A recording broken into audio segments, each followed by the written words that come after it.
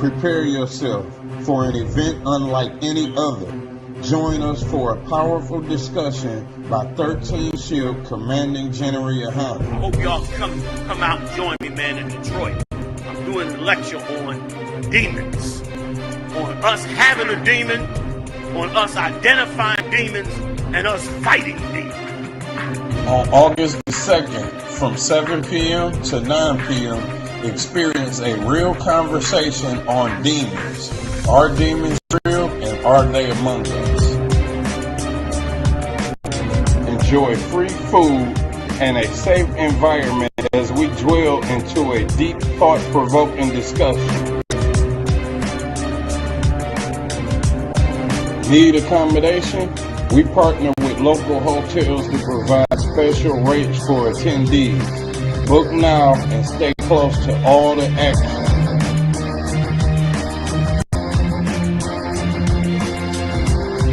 Support our cause and help make this event a success. Visit our GoFundMe page to donate.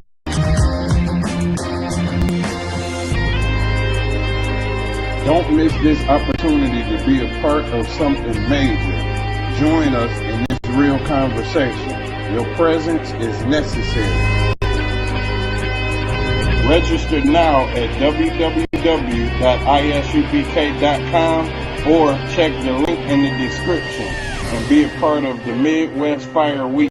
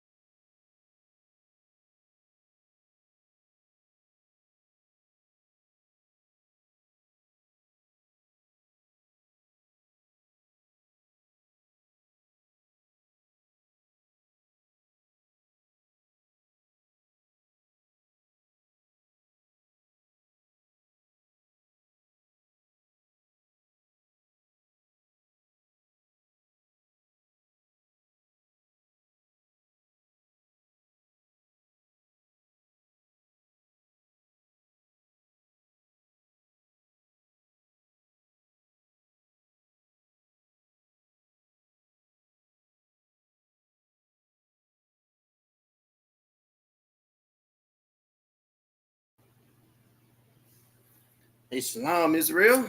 Yahweh Bashim Yahweh Shah, Barakathum, Yahweh Shemal Thum, Bashim Yahweh Shah.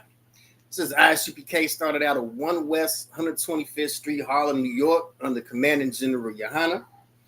We teach that so-called Black, Hispanic, and North American Indians are descendants of the biblical 12 tribes of Israel, the chosen people of God. Priest and Officer Howard Marr. This is ISUPK, Kentucky, man. It's our Sunday night. It's our Sunday night, what you ain't learned in history class. Now you see the title. We finna get it on, man, with this Juneteenth, man. What is Juneteenth? What is it all about? And who better to get the actual story from than the actual Texan, right? Who better to get the story of Juneteenth from than the actual Texan? All right, we finna bust this down. We finna go through the history of it. Like I said, this is what you ain't learned in history class. Episode 31, the truth behind Juneteenth. Now, of course, we got some slides for you. We got a couple of scriptures to read off. And then we finna get it on. But before we start, let me please shout out ISUPK Kentucky. Let me invite every so-called Black, Hispanic, and North American Indian to check out ISUPK Kentucky's weekly content. We got a Monday history class taught by Officer of 1,000, ISUPK. Tuesday brotherhood class taught by Officer of 1,000, I'm a Wonga bar. Wednesday law class. And every Wednesday night, 9 p.m. to 10 p.m., the baddest podcast around, Crowd Spare Not Podcast, hosted by Officers of 1,000. I'm a Wonga bar and ISUPK. Come get the biblical breakdown and the biblical solution to all of the viral videos going around the internet. Come get your entire timeline broke down by the priests and prophets of the Lord in the ISUPK and the Commander General. Now let's go ahead and get into it. Like I said, we finna rock out. We finna rock out and get it on with the history of Juneteenth. Now, this is how we finna start it. All right. Now, you might be asking why am I starting like this? It's important to give an understanding about who were these enslaved people in Galveston, Texas. These people who were emancipated June 19, 1865 in Galveston, Texas. All right. Were these Africans? Right? Were these the biblical tribes of Israel? Who were the people emancipated in Galveston, Texas, June 19, 1865? So I'm going to start here. Now, if you look, you got people in North Korea and people in Thailand. All right. Point being, the people from North Korea don't generally look like the people of Thailand, but they're both Asian. All right. They both have that continental bond. All right. North Koreans don't look like people from Thailand for the most part, but they're both Asian. All right. People from Ireland don't look like people from Italy, right? But they're both European. All right. People from Ireland don't look like people from Italy, but they're both European. People from Tunisia don't look like the people from Sudan, but they're both Hamites. They're both Africans. All right. People from Tunisia don't look like the people from Sudan, but they're both Africans. All right. They're both Africans. Now, the indigenous people of the Americas don't all look the same either. Right. The Navajo don't look like the Seminole. All right. The Navajo Indians don't generally look like the Seminole Indians. Right. But both are American Indian. The point being, people from Algeria aren't going to look like the people from Morocco. So don't expect people that are indigenous to, let's say, Arizona to look like the people that are indigenous to Mississippi. That's my point. All right. So the Navajo don't generally look like the Seminole, but they're both American Indian. Y'all follow me? All right, let's walk this down. So again, the Navajo don't look like the Seminole, just like North Koreans don't look like people from Thailand. All right, let's walk this down. All right, now the reason that we believe all of the races of people look like each other, right, comes from a German anthropologist named Johann Blumenbach. All right, all this is going to make sense here in just a minute. All right, Johann Blumenbach, a German anthropologist called the father of physical anthropology, who proposed one of the earliest classifications of the races of mankind. It was this devil right here that made us believe that the races of man look a certain way. All right, this man right here is the reason that we believe all black people come from Africa, all brown people come from the Middle East, all white people come from Europe, all so-called yellow people come from Asia, and the so-called red man comes from the Americas.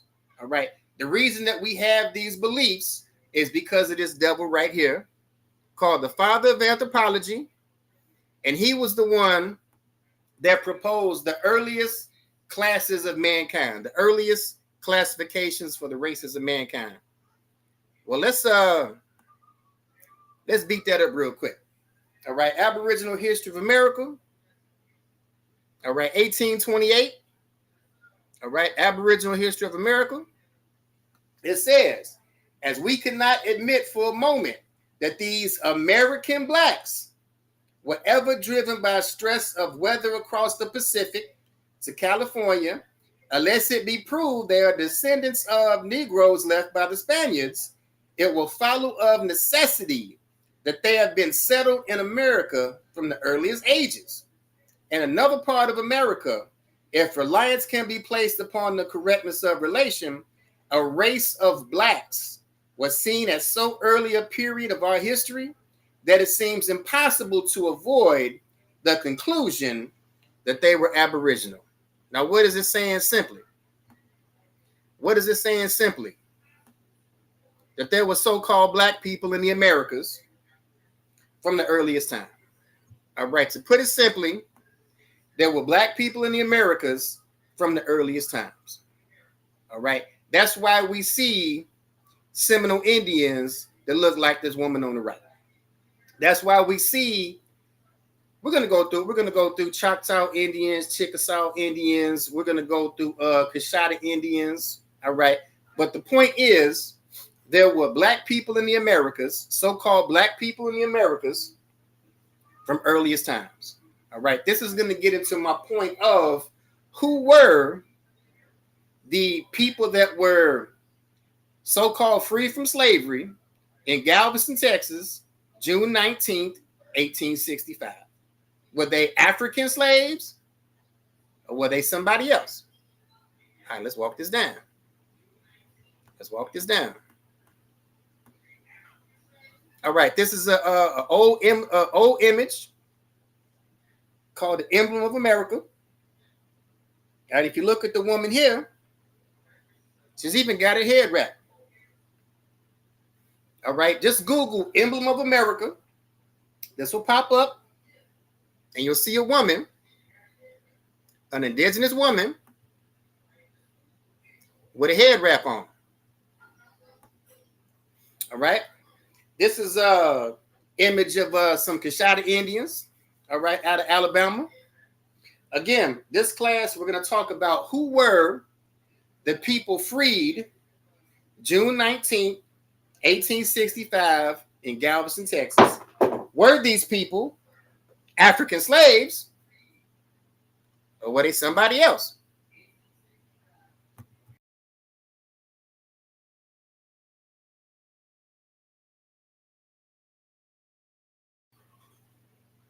All right, let's walk this down. Let's walk it down. All right, we got another Coshada Indian. He's got the full headdress on. But I want y'all to keep the features in mind here. I want y'all to keep the physical features in mind because we just read from a source from 1829 that there have been so-called black people in the Americas from the earliest times. All right, next source. All right, American Dictionary of the English Language by Noah Webster, 1828. All right, American, pertaining to America. A native of America, originally applied to the Aboriginals or copper-colored races found here by Europeans. All right, so the word American in 1828, according to Noah Webster, the word American meaning native of America, originally applied to the Aboriginals or copper-colored races. All right, now in case you might want to say, oh, well, that's the white man's dictionary, that's the white man's words. I got some Noah Webster's kinfolk here. All right, in a book called Sex and Race, Volume 2, by J.A. Rogers, we have a description of one of Noah Webster's kinfolk, the man that wrote Webster's Dictionary. All right, Daniel Webster was so dark that if seen among Negroes, he would have easily been taken for one. He was known as Black Dan. So swarthy, meaning black, was his complexion that the Deweys took him for an Indian. General John Stark, referring to Daniel's Moorish complexion, said it was like that of Ebenezer Webster, which burnt gunpowder could not change. Webster himself said that one of his ancestors had very swarthy skin and coarse black hair.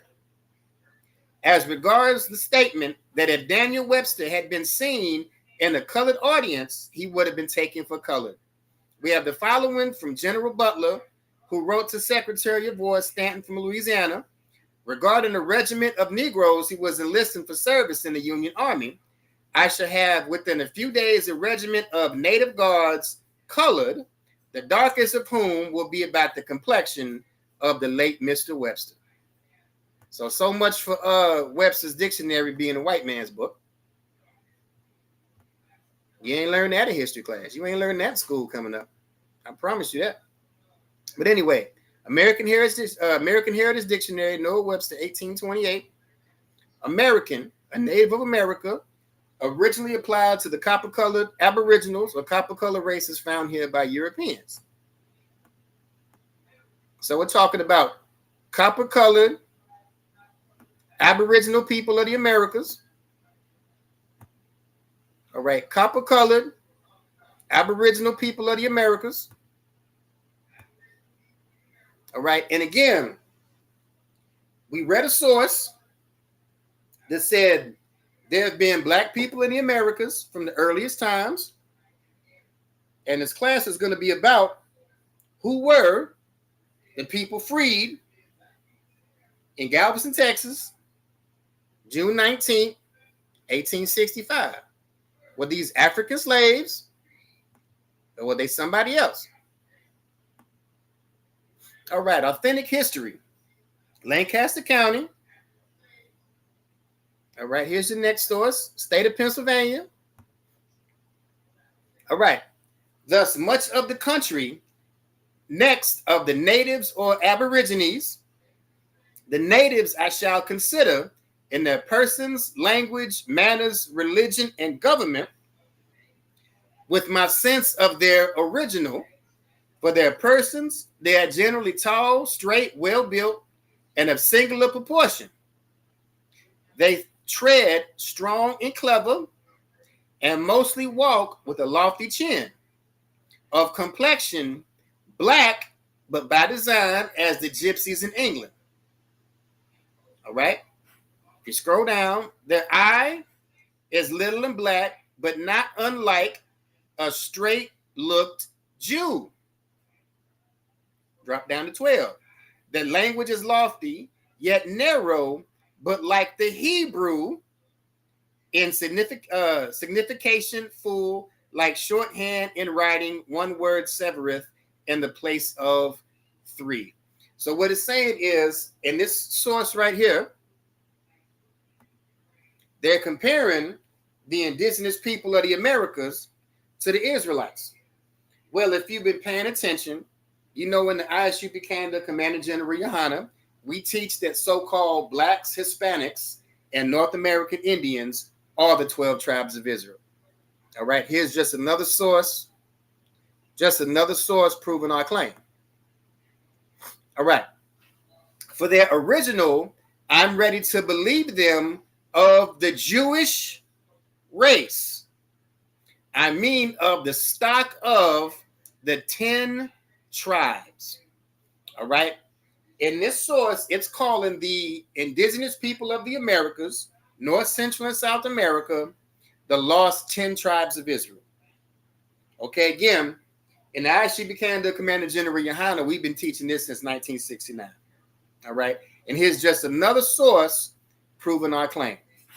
It says, for their original, I'm ready to believe them of the Jewish race. I mean, of the stock of the 10 tribes, meaning the indigenous people of the Americas are of the 10 lost tribes of Israel that traveled to the Americas after the Assyrian captivity. All right, let's walk this down.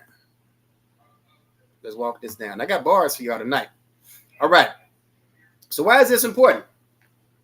Why is this important? All right. You have to hide the history of a people, and you have to make up lies about these people if you're going to conquer them and subject them in front of the world. All right. This is an image here called Triumph of America, circa 1760 by Giuseppe Zacchi. Now, if you look, this is the image of America. You see the ruins, you see the pyramid, you see a throne, a chariot, and you see people with every different type of complexion. All right. You see meat trees, you see feathers. And we just read that the indigenous people of the Americas were the lost 10 tribes of Israel. All right. And we see here people of different complexions wearing meat trees and feathers. And of course, you see the pyramid in the background. And again, this is an image of America. This is an image of America from 1760. Again, you have to hide the greatness of people, right? If you're going to enslave them and exploit them to the rest of the world. You can't have the rest of the world knowing how great these people are. Otherwise, the rest of the world is going to look at you crazy. All right. But these are the things that have been hidden from the indigenous people of the Americas. All right, let's walk this down. All right, Yamasee Indians enslaved. Now we're going to talk about an American Indian slave trade. All right, it says Galley's research furthered the argument that most Indian slaves sold in Charleston markets were later traded to other colonies. He asserts that the population estimated by Ramsey was but a small fraction of the total number of slaves taken during this period. Based on transport records, following major military campaigns and trader accounts, Galley estimated the total number of Indian slaves that were taken between 1670 and 1715 to be between 24,000 and 51,000 individuals. He believed that a large percentage of the trade in Indian slaves was purposely left undocumented in order to keep secret an important commodity that was regulated and taxed by mother country when obtained from Africa. So it was talking about, to put it plainly, that the enslavement of American Indians was hidden and overshadowed from slaves that were being brought in by the West Coast of Africa, from the West Coast of Africa. All right, the Indian slave trade was covered up and overshadowed, right, by the transatlantic slave trade. All right. All right. It says the demand for slave labor in colonial plantation economies was thus a major determinant of early 19th century trading systems, but the supply side of the slavery system must also be considered. Most researchers agree that the taking of slaves by Southeastern Indians was a tradition of significant geographic range and time and depth, while early Southeastern slave-taking tradition was an occasional practice whose purpose was to augment the ranks of diminished local populations or to attain war, captives, slave-taking in the 3 decades leading to the Yamasee War became a profit-driven commercial venture. A single slave might fetch as much as 200 skins for an Indian captive. Therefore, taking even a few slaves in one raid could provide Hunter with more skins that he could usually procure in an entire hunting season. So what it's talking about American Indians that were used as slave catchers and slave trappers for other Indians. All right, a major tribe that was used in trafficking American Indian slaves was the Chickasaw Indians. All right, Chickasaw Indians were used to capture other Indian slaves. All right, let's walk. All right, here goes the image of these Yamasee Indians. We just read here about Yamasee Indians being enslaved. All right, here's an image of some Yamasee Indians. Hey, shalom, Lord in Christ. All right, the Natchez and the domestic slave trade. In the decades prior to the American Civil War, marketplaces where enslaved people were bought and sold could be found in every town in any size in Mississippi. Natchez was unquestionably the state's most active slave trader city, and Natchez is a name of a group of Indians down there in Mississippi. So it's talking about the domestic slave trade. When it's talking about the domestic slave trade, it's generally talking about American Indian slavery. All right, it's generally talking about American Indian slavery. Again, a part of history that was covered up to promote the transatlantic slave trade. All right, the invention of the cotton gin, 1793, and the advent of the steamboat in 1811, and the introduction of the Mexican variety of cotton to the United States in the 1820s all helped expand the plantation society when Mississippi gained statehood in 1817. Now, this is going to be important. All right, keep in mind, Mississippi gained statehood in 1817.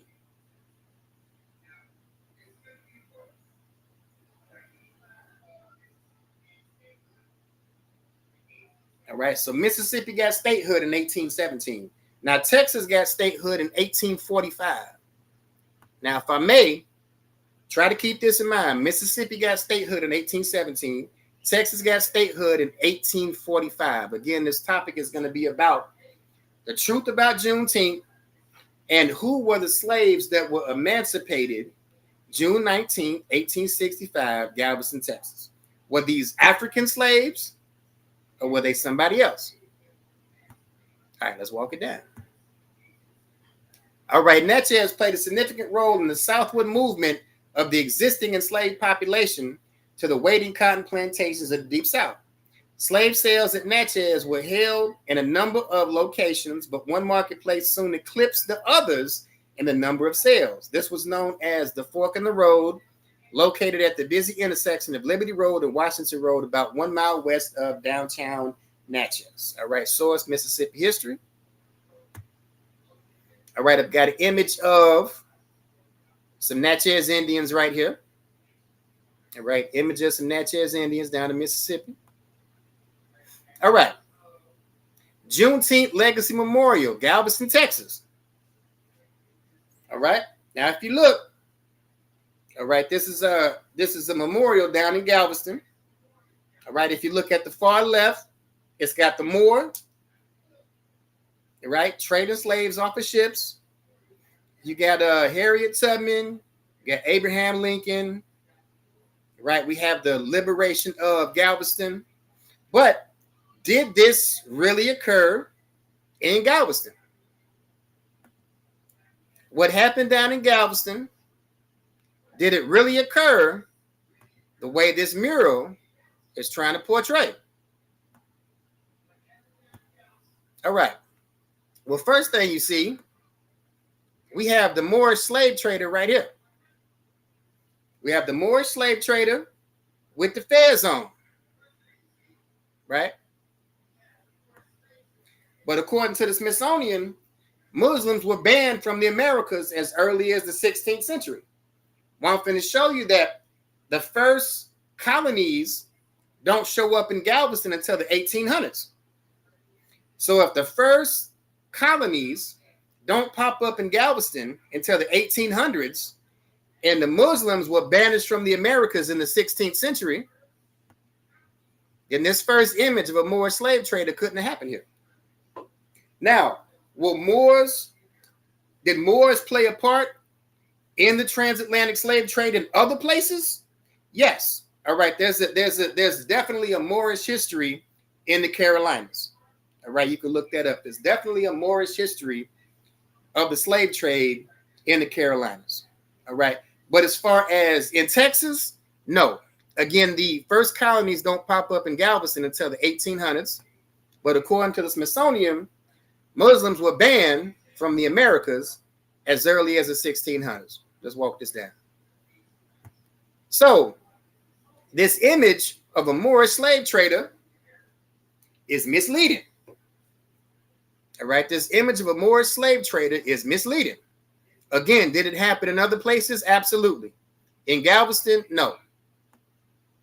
All right, next image. We got an image of Harriet Tubman. All right, right here. All right, Harriet Tubman, born circa 1822. It says, when I found I had crossed that line, I looked at my hands to see if I was the same person. There was such a glory over everything. The sun came like gold through the trees, and over the fields, I felt like I was in heaven. All right, now again, Harriet Tubman was an amazing person. All right, Harriet Tubman was an amazing woman that fought for the liberation of our kinfolk. But this was Harriet Tubman's Underground Railroad. Again, not to diminish the amazing work that this woman put in. Harriet Tubman didn't come to Texas. All right, Harriet Tubman had nothing to do with the liberation of slaves in Galveston. All right, this was Harriet Tubman's Underground Railroad. All right, this was Harriet Tubman's Underground Railroad. And it's one of my beliefs that she got into her life's work. She got into her life's work because her first husband, John Tubman, right here, her first husband, John Tubman, was a slave owner. All right. Harriet Tubman's first husband, John Tubman, was a slave owner. It's right there on the 1860 Federal Census slave schedule. John Tubman, Harriet Tubman's first husband, was a slave owner. All right, so she got to see firsthand. And this is, in my opinion, one of the reasons that she got into her life's work. All right, one of the reasons she got into her life's work. All right, next slide. Galveston has a fascinating and storied past, from devastating storms to Civil War battles. Before the 1900 storm, Galveston was the second richest city per capita in the United States. All right, before the 1900 storm, Galveston was the second richest city per capita in the United States. It was even dubbed the Wall Street of the South due to its flourishing banking industry and the retail success of the Strand. Among many of its Texas firsts, there are over 100.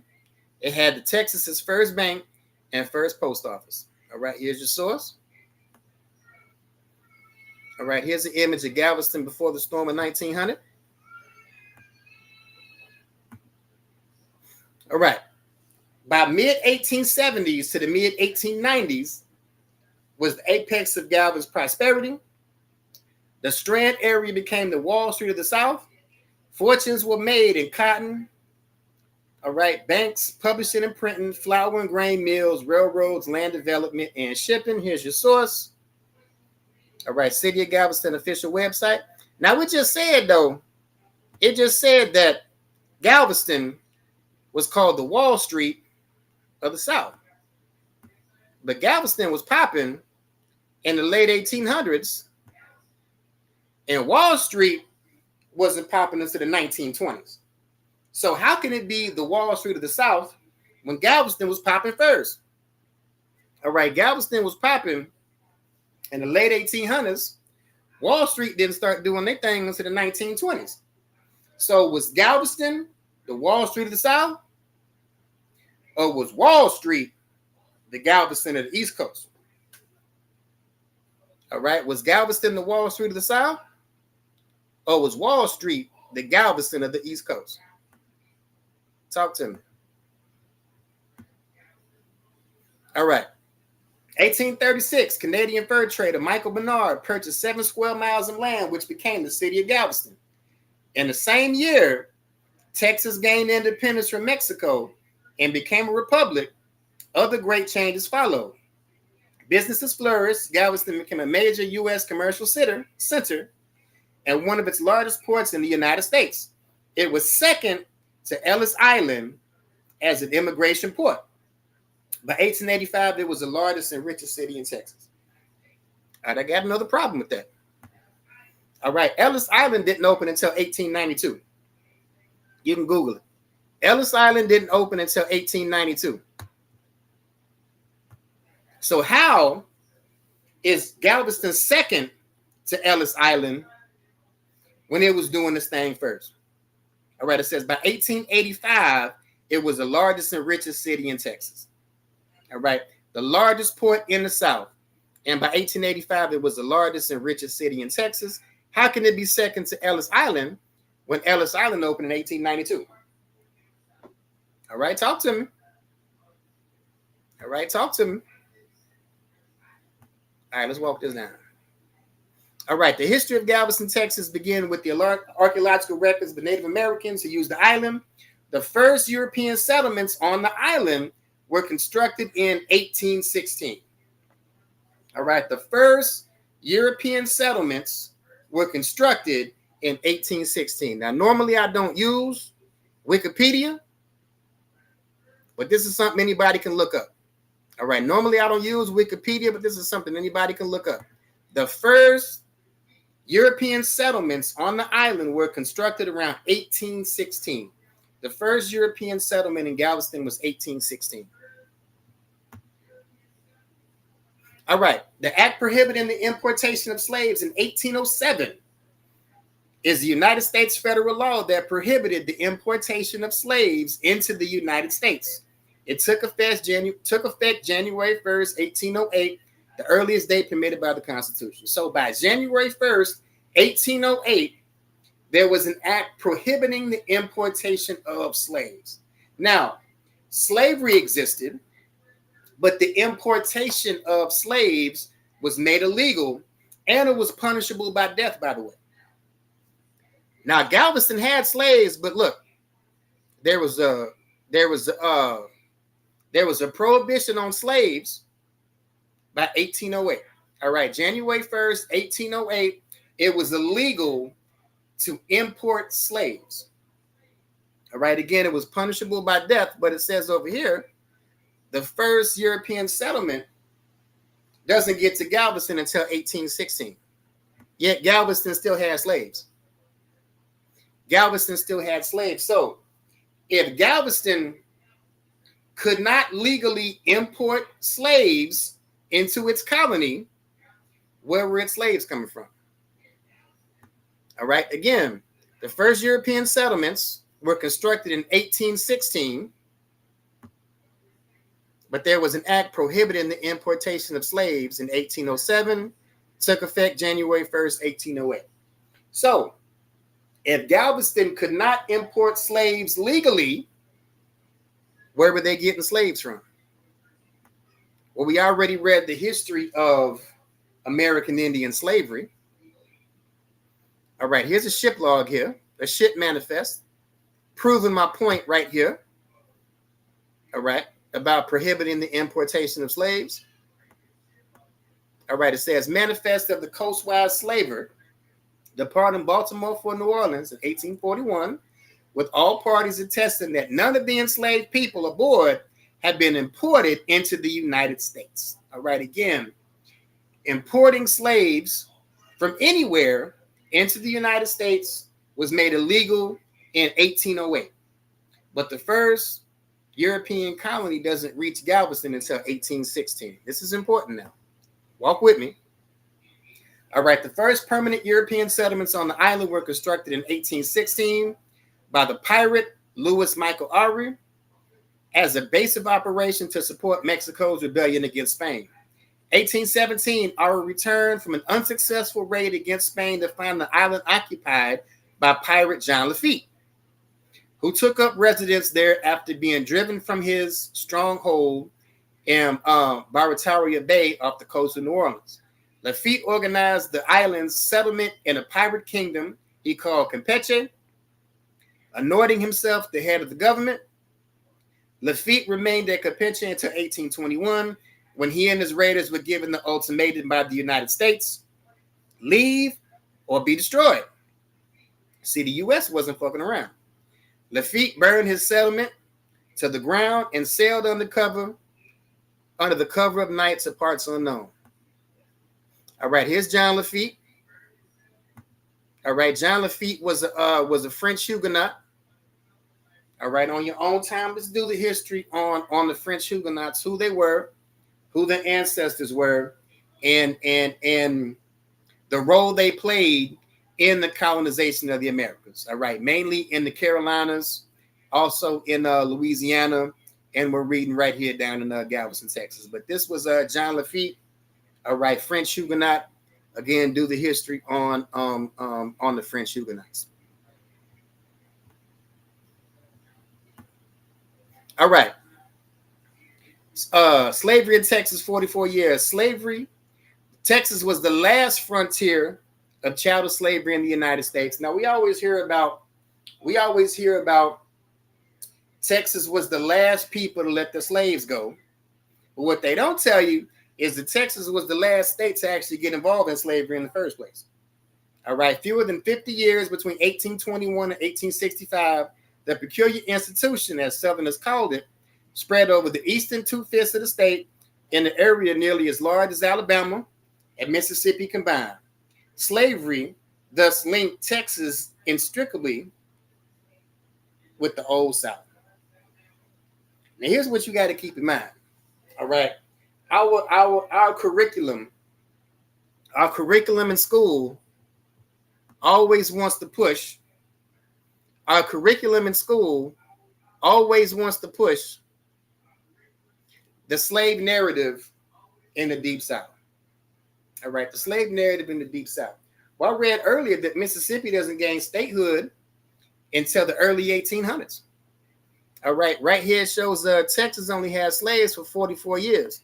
But what they never tell you, what your history books never tell you about, is that places like Delaware on the East Coast, Rhode Island, Pennsylvania, Maryland, New York, all of these places on the East Coast were slave-holding states for over 200 years. Now, we never hear about that. We only hear about antebellum slavery in the Deep South, but we never hear about slaves that were held on the East Coast in these original 13 colonies. These places, like I said, Delaware, Rhode Island, Pennsylvania, Maryland, and New York, these states were slave states for over 200 years. All right, these states were slave states for over 200 years. All right, again, the white man is the devil. The white man is the devil that the Bible speaks of. I don't care if this white man is from New York City or if this white man is from Houston, Texas. All right, the devil is a devil is a devil is a devil. I don't care if it's a white man from New Jersey. I don't care if it's a white man from Maryland or it's a white man from Alabama. All right, the devil is a devil is a devil is a devil, no matter where he's from.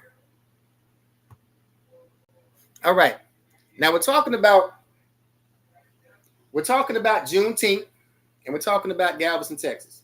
Now, we already talked about there was an act that prohibited the importation of slaves that was made official January 1st, 1808, meaning it was illegal to import slaves, and the punishment was death.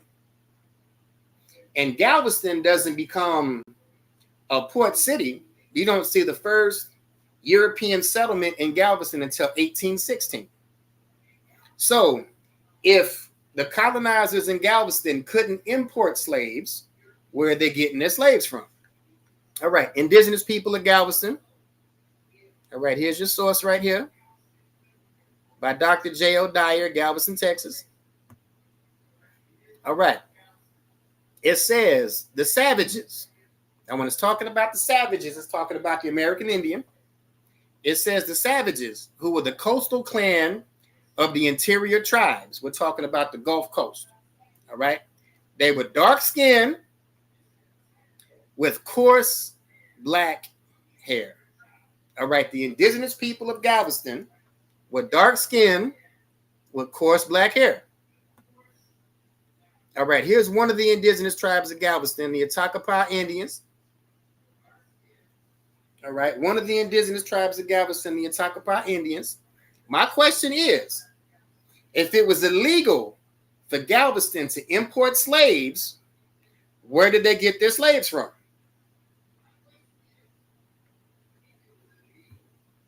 Anybody type in the chat? Type in the chat. If it was illegal for Galveston, if it was illegal for the colonists of Galveston to import slaves, where did they get their slaves from? Who were the people that were freed June 19th, 1865?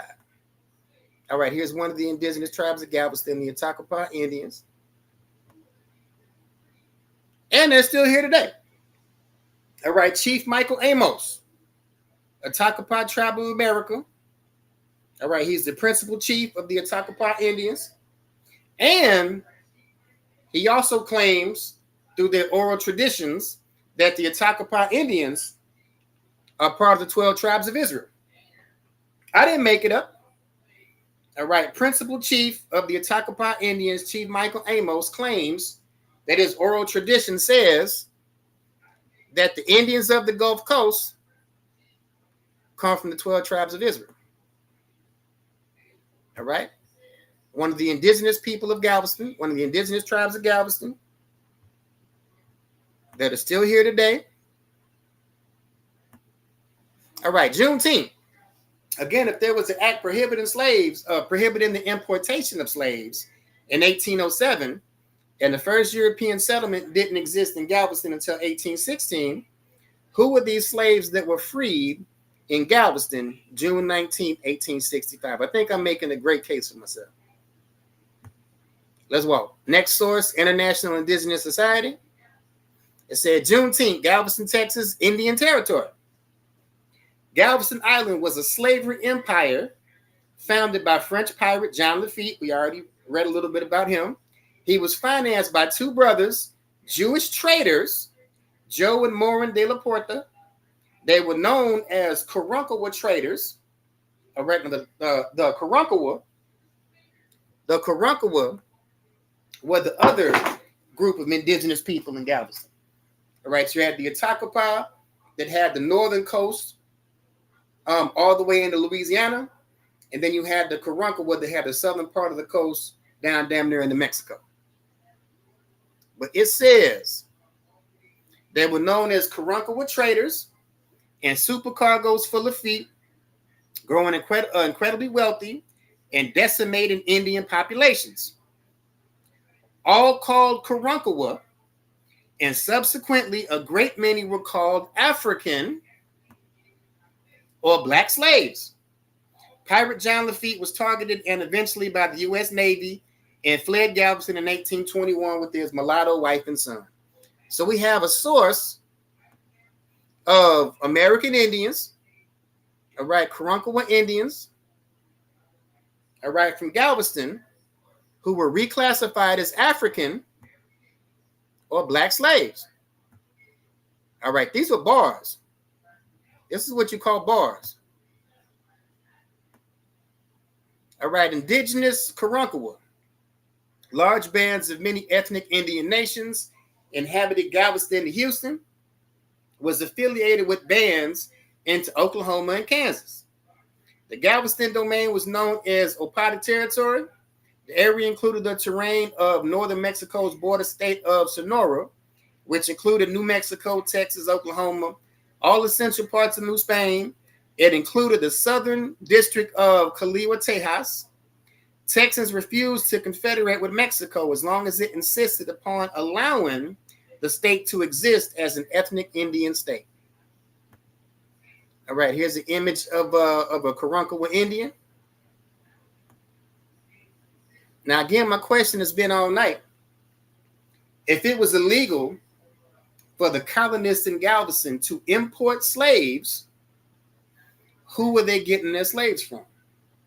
All right, Galveston was enslaving the indigenous people of Galveston Island and the indigenous people of the Gulf Coast.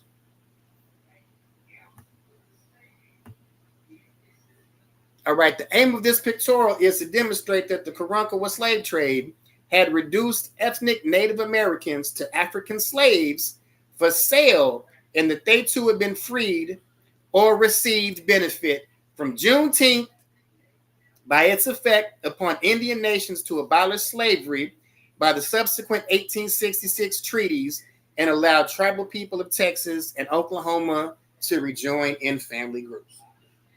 All right, here it is right here in black and white.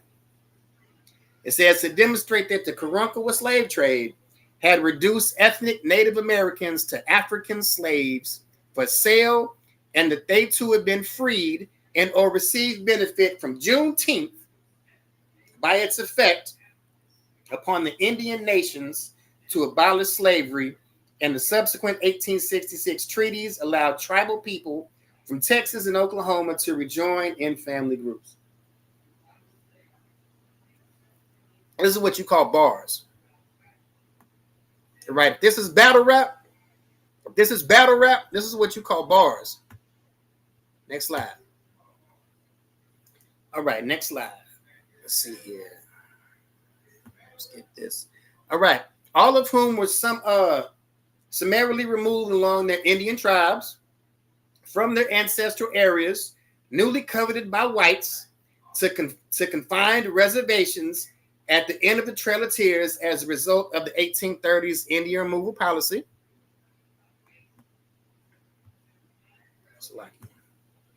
All right, Galveston Juneteenth served as an impetus needed for successful efforts to agitate the termination of slavery within Confederate factions of the 5 civilized tribes at the end of the Trail of Tears in Oklahoma Indian Territory. Confederates had been clashing with the factions of Indian nations remaining loyal to the Union.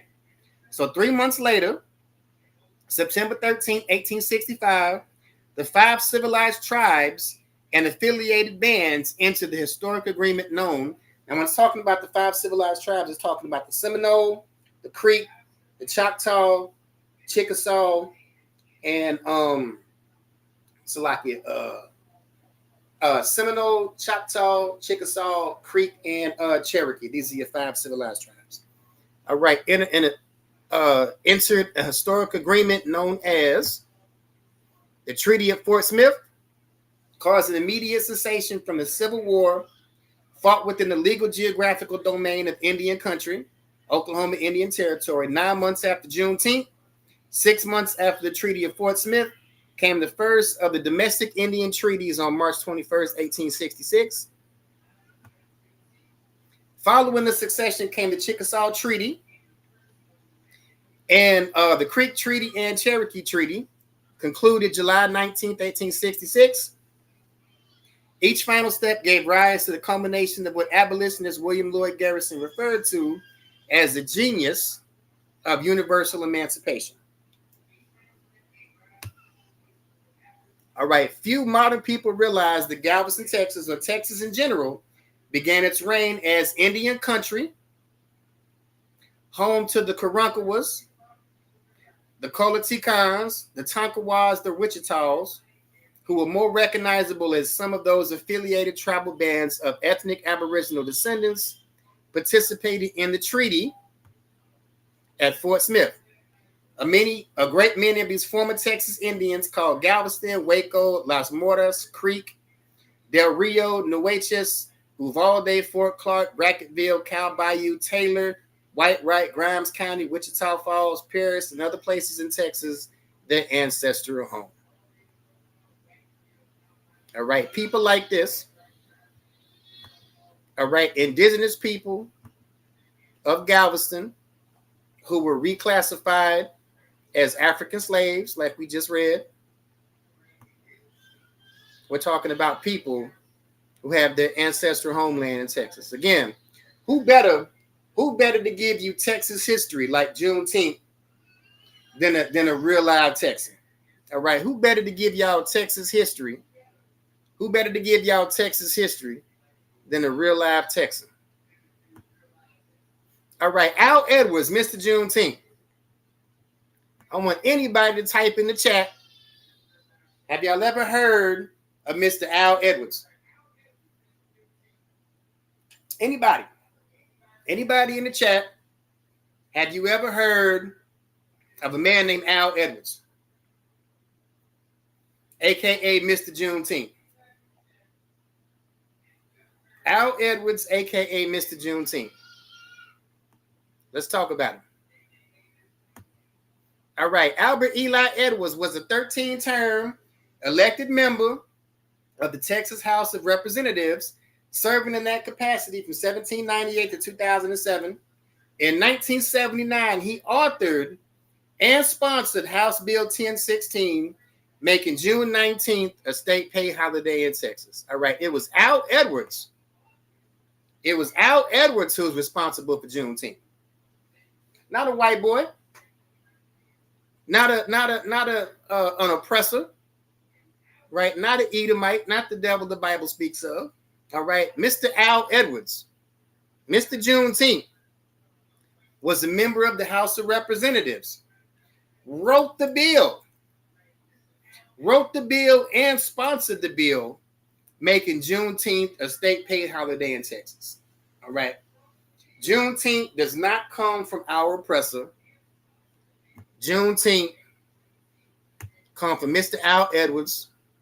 All right, Mr. Juneteenth, put some respect on that man's name. And unfortunately, he died like a year or two before this nonsense by Joe Biden making it a federal holiday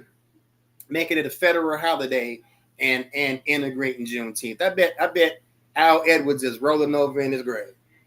All right, but this is the man right here that made Juneteenth possible.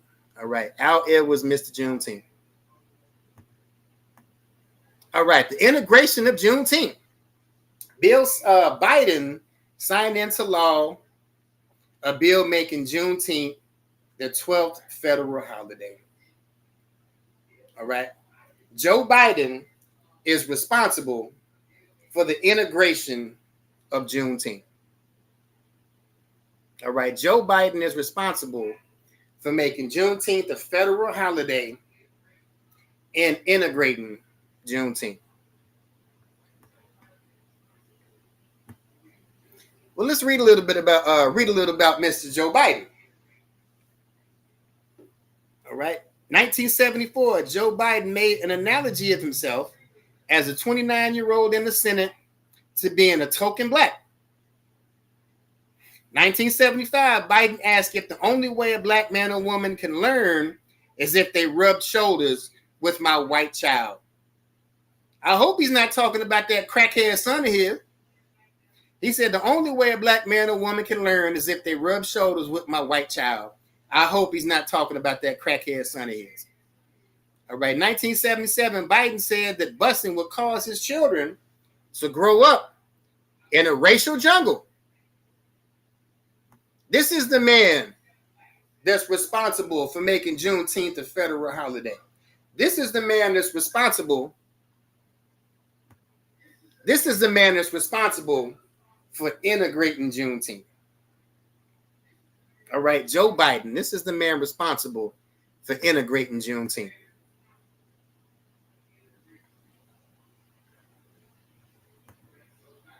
All right, Joe Biden referred to Jesse Jackson as a boy. All right, Joe Biden referred to Jesse Jackson as a boy. All right, during his 1988 campaign, Biden falsely claimed he was part of the civil rights movement, saying he marched in his youth. He's a liar. He's a liar. But this is who gets 90% of the black and Hispanic vote. This man is a liar and a racist, and he gets 90% of the black and Hispanic vote. All right, 2010, Biden delivered a 22-minute eulogy, the longest speech at Senator Robert Byrd's memorial service, calling former KKK member a friend, mentor, and guide. All right. Joe Biden called a Klan member his friend, mentor, and guide. You want me to say it again? Joe Biden called a Klan member his friend, mentor, and guide, but he gets 90% of the black and Hispanic vote.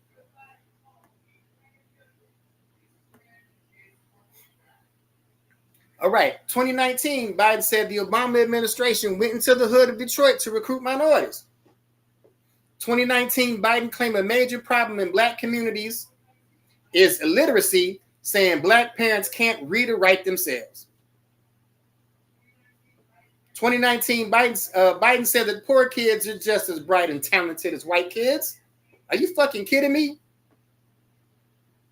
This is the man we allowed to integrate Juneteenth. This is the man we allowed to integrate Juneteenth. All right, look at this. Look at this.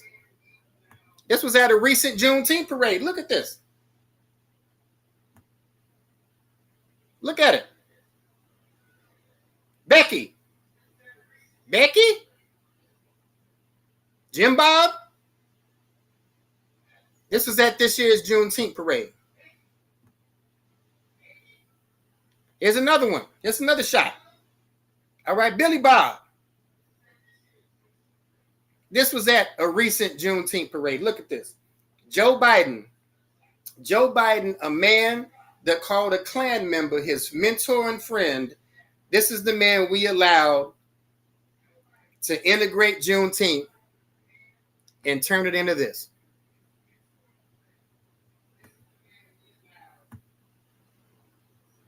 All right, so what I got here, I got an old clip. This is 1992. Dallas, Texas, Juneteenth parade. And I want y'all to see the difference.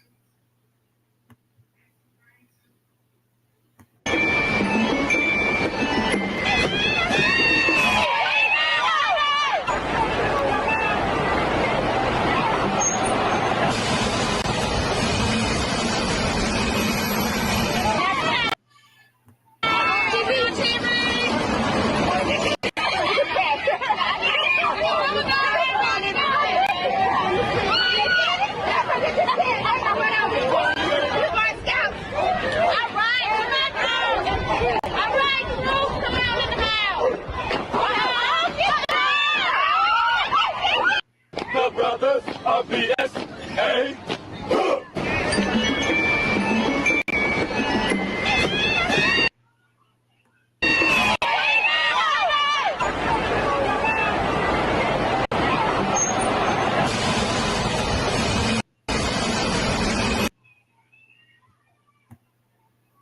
So Juneteenth went from this.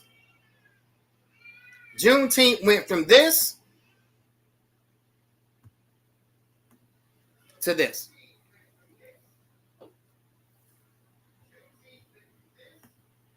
This is what we allowed Joe Biden to do.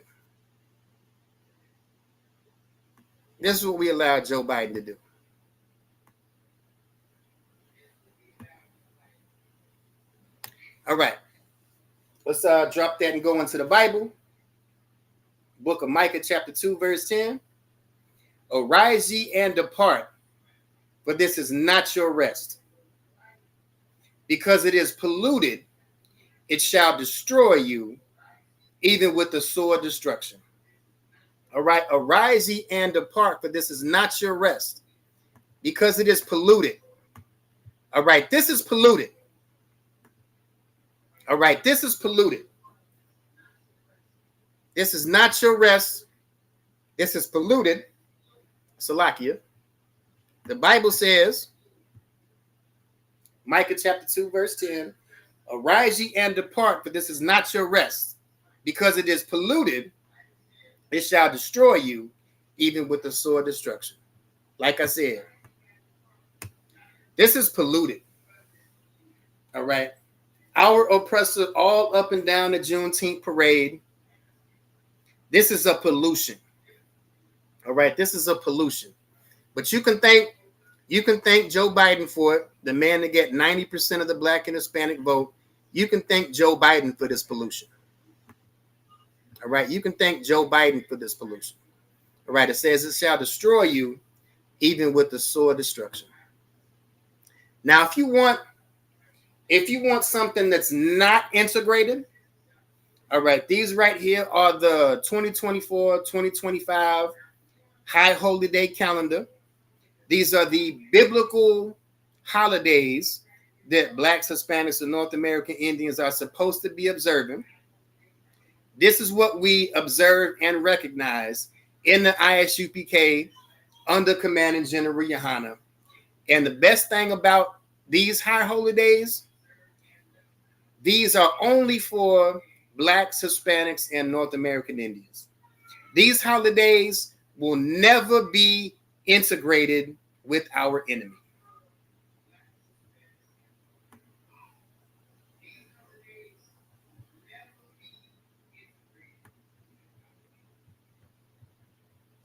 So with that, we'll go ahead and end the class. Shalom. Yahweh B'Shem Yahweh Shah Barakathon. Yahweh Shemalathon B'Shem Yahweh Shah.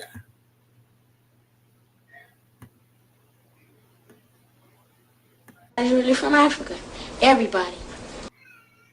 That's right, that's Africa. But did you know that Africa is the place where the body of the first man was found? My daddy says that makes it the place where all people originated from. That means everybody's really from Africa. Everybody.